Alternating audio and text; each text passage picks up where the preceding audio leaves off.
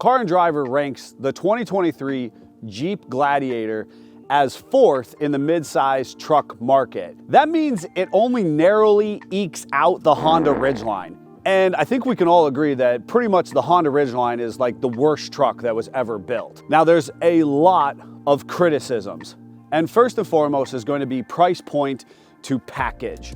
That means what you're getting for the money that you are spending. The Gladiator tips the scales at an advertised mid-30s entry-level price point, but good luck if you ever find one of those on the actual car lot. These Jeeps are regularly in the 40s to 60s, and even some of the heavily modified ones are tipping the scales in the $80,000+ for a truck package. If you're trying to hook up to a gooseneck or haul hay and, a cord of firewood, that's not gonna happen. Especially when that money can go pretty far in the 3/4 ton and 1 ton markets. You get what you pay for. You are getting that rugged, durable, off-road 4-wheel drive system. You're getting a solid front axle. You are getting the top-down convertible. This truck is the only one in that mid-size truck class that gives you the convertible top-down sport roll bar experience. Other than that, you have a more traditional truck chassis with largely independent front suspension with all of the other trucks in that class. Another major criticism about the Jeep Gladiator is bed size and payload capacity. Why do you get a truck? Oftentimes it's to pull a trailer, to go camping, or outdoors sports and activities. Does the truck bed make sense to you? Full-size trucks, you can easily go to the hardware store and get that full sheet of 4x8 plywood.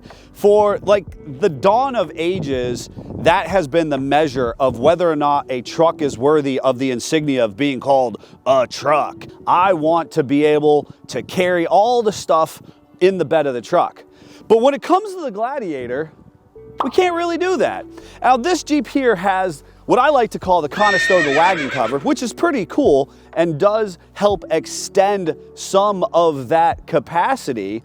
But realistically, there's only so many things you can put into this bed. When it comes to payload capacity and towing ability, there is so much disinformation on the internet that I'm not even going to begin to unpack it. The reality of this situation is there's like 3 or 4 different types of tow capacities, tow packages. Did it come with this? Did it come with that? If you're on the Gladiator social pages and forums, you recognize how this makes your brain want to. No matter what you do, you are in a finite category of tow capacity. But the reality is we've hooked up to trailers, we've towed successfully, we've had great experiences with stability and load control out of the Gladiator because of that longer wheelbase. But at the end of the day, the challenge is still the fact that we are confined to the designed bed length, generic breakover angle of that hideous stock Gladiator platform. Recognize that this thing is lifted on 37s, and so it's just inevitably cooler. And for those of you who are off-roading it, the criticism of why a Wrangler would be better is this big overhang. Now, there's been a number of aftermarket companies who have offered bed chops, bumper chops, spare tire relocations, and we've done all of those to a degree. The wheelbase is adequate. The bed space is sufficient for arguably 80-90% of what you likely need to do. If you're looking for that 1-ton truck experience, this isn't going to do it. But for everything else, this packs a punch with this compact bed size. The big axles under the Gladiator provide enough pulling power and durability that within reason what this platform is capable of doing, you really don't have to worry about what size trailer or load that you're trying to get in front of, as long as you're using some common sense in the process. The third and final huge criticism that is launched at the JT Jeep Gladiator is that 3.6 engine platform. The Wrangler as a whole has like a laundry list of things. You can have the 2.0, turbo, you can have the 3.6, you can have the diesel, you can even have a 392 V8, which is pretty cool.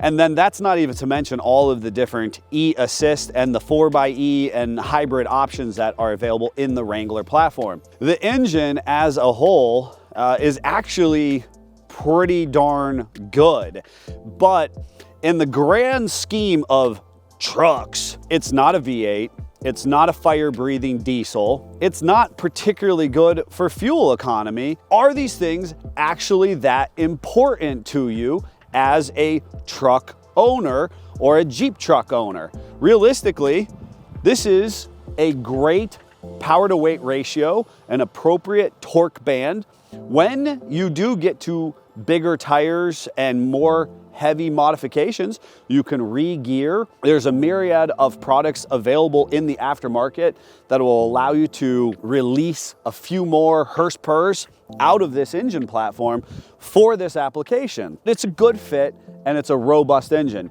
It's been in production for over a decade at this point, and it's just a proven platform. So when you're deciding whether or not the Gladiator pickup truck is a good truck or if it sucks, the reality of the situation is it's not a Wrangler and it's not a full-size pickup truck. But the things that can be done to it because of the Wrangler market and the truck market being smushed together for this platform gives us so many options to play with. With that said, at SFJ 4x4, we've got an absolutely epic JT build happening. It is absolutely wild. Let's go take a look at it and you can get a tease of just about how cool this is going to be. Johnny number 5. If you know, you know. So this bad mamma jamma rolled into the shop with right around 300 miles on it. That's actually not entirely uncommon, but it helps kind of understand the Johnny number 5 comment. It is absolutely a sick build at this point in time, and we're going to unpack that a little bit for you as we go forward. If you've been following any of the social, you'll know why we're having so much fun with it and all of the good things that are currently happening. Now, you will want to watch because in the very near future, the Savage has been working on a full comprehensive build video that's going to be condensed down to like under 10 minutes, and you're going to be able to kind of watch it like from start to finish, and it's going to be a wild ride, and it's going to come in stock and it's going to leave awesome. And then you're going to want to look forward to seeing it out at a number of shows this summer. We're going to be taking it on tour, and so it will be coming to a Jeep show near you. Johnny 5 is just mild to wild. We've got ultimate Dana 60 axles, 538 gears, my preferred version of it. Steer Smarts linkage on the front. We're gonna have a full PSC hydraulic assist steering ram. We moved into one of my favorite, the Toyo 40-inch MTs on these sick Black Rhino Prim True beadlocks.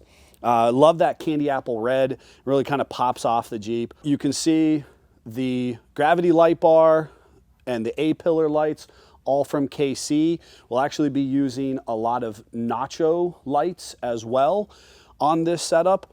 This actually will be wrapped from front to back in Rockslide engineering. So we'll have a Rockslide front bumper, the Gen 3 steps.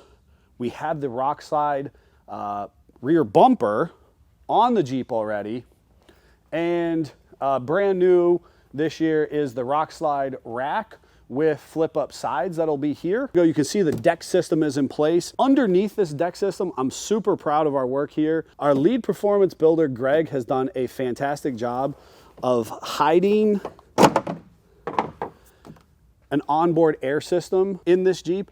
We have the ARB compressor over here, ran to a 2-gallon tank in that corner, to the Overland Vehicle Systems up-down air regulator and distribution system in that corner, down to a set of train horns under where the spare used to be. That 40 will be on top of the deck and underneath that Rockslide engineering platform and bed rack, you know, captured by those flip-up sides. We've got the DS18 stereo. All the electronics are being upgraded or touched in some capacity. What I am really proud of, and this is, you know, it's challenging because obviously it's big, it's massive, it's beautiful, is the fact that you didn't know we were here, that we were involved, or that we were engaged. That's why we like to leave little Easter eggs in our builds. So I like the fact that the air system is completely hidden, tucked away. You're not gonna rip it off on the bottom side of some rocks or while off-roading and wheeling. The switch system for these lockers is going to work off of your factory Rubicon switches. Now, I gotta be honest with you, that's a little bit of a secret sauce that we have figured out at this point. But ultimately, as the driver and occupants are concerned, they're just gonna use their switches in a normal way. There will be no additional lights on the dash. But the reality of the situation is that the axles actually work ever so slightly differently from how that original Rubicon lockers worked. You can see this really slick Rockslide engineering rear bumper. It's got beautiful curves and lines to it. To get that out of a quality solid steel bumper is just awesome. You'll see these kind of nice mamma jammas here. Those Johns are also made by Rockslide Engineering to protect, you know, kind of a big booty Judy that some of these JTs have, you know, if you were to drop off a rock or an obstacle. So the goal here is to protect that bed from crumpling up. The last piece that you may see here in the near future, we may be upgrading these flares. That's yet to come. You'll want to stay tuned for that as well. We got to make sure that these 40s can really kind of slinky up and stuff into the bed sides and up into the front corners. You're gonna wanna watch that video. It's coming out really soon. We wanna have this Jeep out and at a show near you. Check it out. We're gonna have a DEF, DPF delete on the exhaust. We're gonna release some Hurst purrs in the process. S&B intake, bring in all that fresh, cool air. That 3.0, we're gonna pull all the horsepower, all the torque band out of it, and make it just run wide open down the highway. It'll be awesome, and it'll have great torque off-road. We appreciate people for bringing these types of projects to us. You could be next, possibly. So these massive 40s took a lot of weight to balance. But you know what? We did balance them in a traditional manner. Now, beadlocks and big tires don't always go super well, but the way that everybody is using their Jeeps by today's standards, it really requires us to do a traditional balance. But a well-trained mechanic can actually get a combination like this and maybe a little bit bigger to balance out on a traditional balancer. Here's the thing. I loved balance beads. I personally and successfully ran them for many years, but I don't think you should. And this is why. To bead or not to bead, all right? So that is the question. Beads are awesome, but not for you. Bead balancing is something that gets squabbled about on the internets every day. And here's the piece that I'm gonna stand behind. If you have a Jeep that is within the last 5 years old, you should not have beads in your tires. That's just flat out the reality of the situation. We do not have a great way to measure the weight of the beads. So the ounce value here, like this is 6.5 ounces, the ounce value of this to the rolling mass of each and every individualized off-road tire. So you can have one tire that is actually pretty light and be a 37, and you can have another tire that is actually very heavy and be a 37. The amount of beads needed to efficiently balance that tire every single time is not going to be contained in a cookie cutter, one size fits most baggie. Now, the advantage to this is these beads get put into the tire prior to being mounted up and the bead, sealed onto the wheel or the rim. And every single time you drive that tire forward, momentum or inertia throws these beads to the farthest edges of the tire. Tire balance theory is that the beads will naturally migrate to places where more or less weight is needed on the tire. The downside to this is that our vehicles travel faster. The tire manufacturing is more impure than ever before. Our expectation as consumers is higher than it's ever been. So the reality of the situation, if you do this, sometimes it's going to be absolutely seamless and it'll be flawless whether you use it around town or on the highway. Sometimes you're gonna get onto the on-ramp, heading onto the highway, and all of a sudden your tires are gonna start to do this. The ideal individual for this is gonna be doing around town driving and a lot of off-road. The customer here had the influencer's tire of choice circa 2019 installed recently at a Walmart. And that Walmart was willing to utilize the beads that the customer purchased online to mount up these wheels and tires. I'm gonna walk you through a little bit of industry insider secrets for us and why our reputation for being able to balance these big, oversized off-road tires is better than others. I'm gonna give you a couple tips and tricks, but realistically, the root cause is just being a sound mechanic and employing practical experience in this process. It's important to note that this baggie is in our inventory that we sell to customers. I'm not here to trash these, I use them. But the reality of the situation is they don't belong in your everyday driver and certainly your nicest, newest vehicles that you expect to use in that everyday, daily driven capacity. Now, one of the things you're gonna be looking for, so they did do some things right. In those bags, they're gonna have a specific valve stem cap that denotes that there's beads inside. Additionally, they typically have a valve stem that is supposed to work better. Traditional valve stem cores and the beads were so small, they would get stuck in the relief of the valve stem sometimes, and that would let the air deflate. The other thing is, on our newest vehicles, since about 2008, TPMS has been required for on-road use. Now, in a lot of applications, we either turn it off or we just eliminate it and we deal with the light on the dash. But the reality of the situation is beads aren't a super effective balancing medium when you have that TPMS sensor on the inside. Those beads are constantly washing over it and beating on that sensor. The thought process is it deteriorates the sensor's lifespan. I don't know how true that is, but it's definitely one of the criticisms that people offer up. So the thing about Patagonias is you cannot run them underinflated as we typically recommend with other off-road tires. I know your favorite YouTube influencer told you that you could in 2019, but the reality of the situation is this tire is engineered to run on about this 4 inches of center tread. The Patagonia MT specifically wants to be around 35 to 37 PSI. Traditionally, we want to run that air pressure lower to soften the ride quality of the Jeep, but we understand with this, it actually deteriorates the lifespan of these side lugs. The other thing, if you come over here and take a look-see-loo, red dot rules. The manufacturer has given this as a guide to put our valve stem to. So I've already done a couple of these tires. The dots were on the other side of the tire. They weren't lined up. This is only barely lined up to the yellow. The reality of the situation is, in order to get the best balance possible, we line the valve stem up to the red dot. So here's that core that I was mentioning, and you can see this little red cap. You can see that is there to try and ensure that the beads don't beat up or distort this cap at all.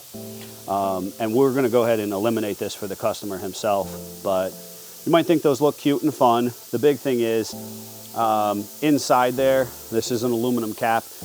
Aluminum will actually corrode to the valve stem itself.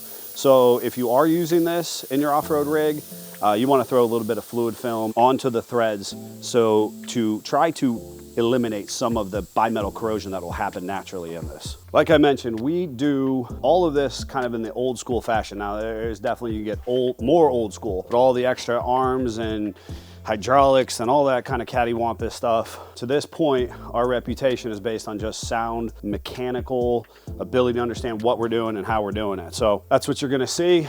We're gonna get this in. We're gonna get the tire off, vacuumed out the old beads. We're gonna get the wheel cleaned up, goop it up, and get it mounted and balanced again.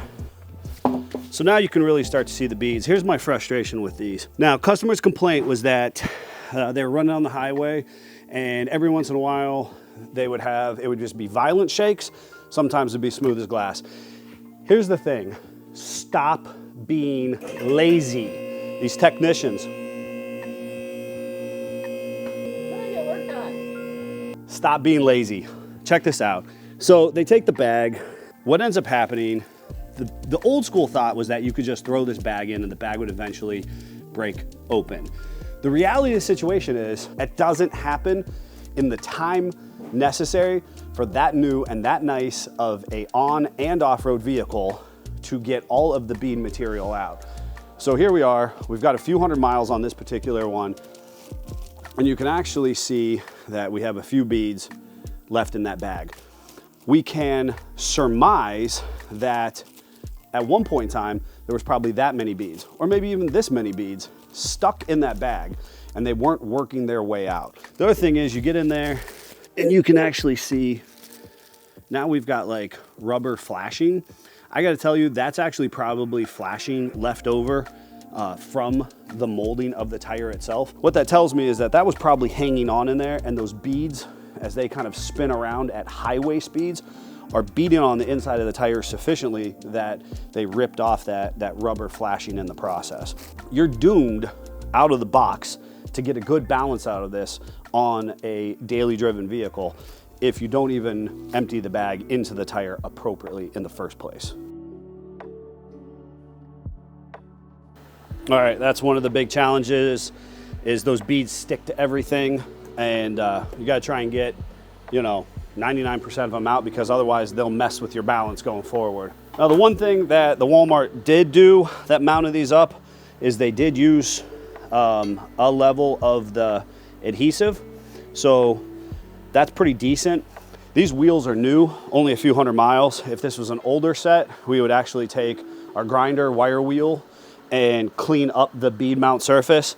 In this situation, I'm just gonna go in and do my best to clean up this surface so that we can put more of that tire glue on and keep moving forward.